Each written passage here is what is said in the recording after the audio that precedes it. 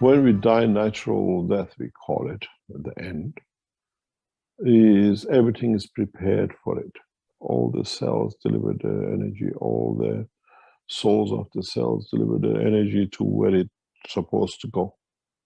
In a way, when you die in natural death, it's just like when when you are traveling, traditionally you go from, let's say, England to America, family comes, each one gives you a gift or something to take with you. You're going there, you're not coming back.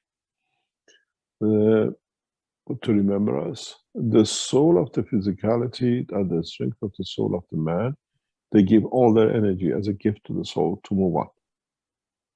Then you still have the soul, the physical soul of the body, which stays behind. But what we call, at a point of death, the soul of physicality becomes part of the soul of the man. It delivers whatever it carries. Then you have the soul of physical cells, which stay behind the physical body of the man. And it's progressive. It's like we know you're going, we give you everything gradually ready to go, and it comes to this point of tipping point. I cannot hold on anymore. You close your eyes, the field goes, and that's what we do in the machines.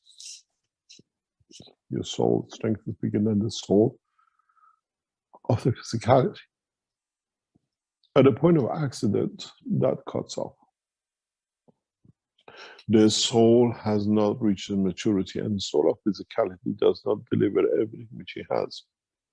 If the soul of physicality is much stronger in a field than the soul of the man, the soul of physicality sometimes remains till it gives that energy to the soul.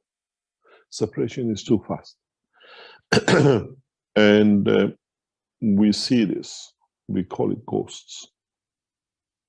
It's the soul of physicality has not completed its transition. And we give revenue, we have it till it just delivers, till they find they start become like a twin star. The other one has to match up whatever is to be given. Cannot go anywhere till it's done. And this process is not much you can do.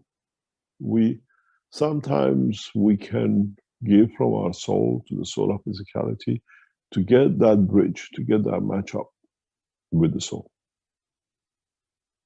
There are a lot of things we can explain what happens physically. You say you see ghosts, you see shadows, whatever.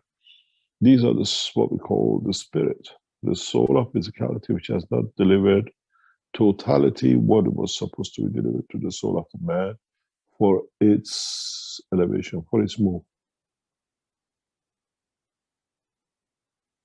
What I call, it wasn't a smooth handover, something is left behind.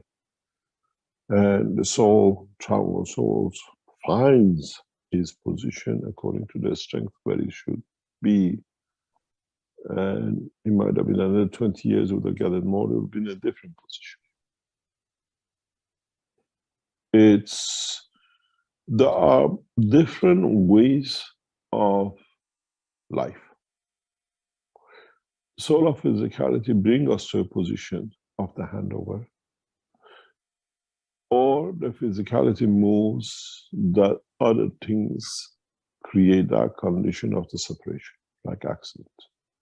Some of the accidents are predestined by the soul. They have completed. Doesn't mean something is left behind. Otherwise, all of us die in a natural course. There's a very clear separation. We can be, accidentally we can come to an accident, but if the soul is not ready to go, you come out of that accident. But if the accident is there as part of the process of the transition, the soul will do their jobs. Mm-hmm. When you target deliberate to take a life, you're responsible for that life. You pay, you have to find a balance with your soul. This is how we see with a lot of soldiers when they come from war zones. It is not the gun and the blood, it is the guilt of what they've done and what they've taken. that they have to pay for it, or they have to release for the balance of what they've taken. And that brings a psychological condition. They say we've been to conditions, horrible places, and we've seen things, and then we are psychologically damaged. Ask a question: did you take a life? Were you the cause of a life to be taken? That everybody down the line pays, yes. Then you're responsible for it, you pay for it. You have to balance the books. Is that magnet, as I always say, Rick puts in the middle. Everything has to come to balance. So the soul of an animal that goes through a conflict that doesn't have the same intellectual understanding that we believe. It has. Of course it has. I know it does, yes. Yeah, I'm going in there to become the top dog. So I'll do anything. So if I do that, it's not instinct, it's my decision. You understand? It's a very, very simple, we call them animals, but have a look at them. They eat, they have an eating pattern, they know where to sleep, they know how to show affection to another one.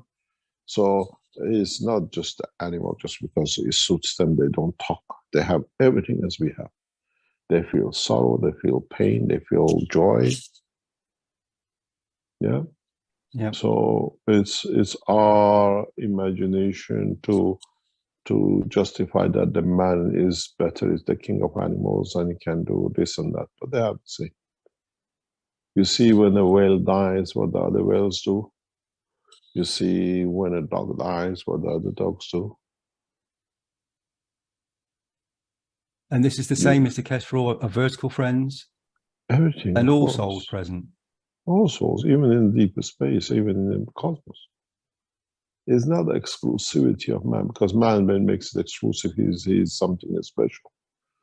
The only speciality of the man is he thinks he's special, that's all.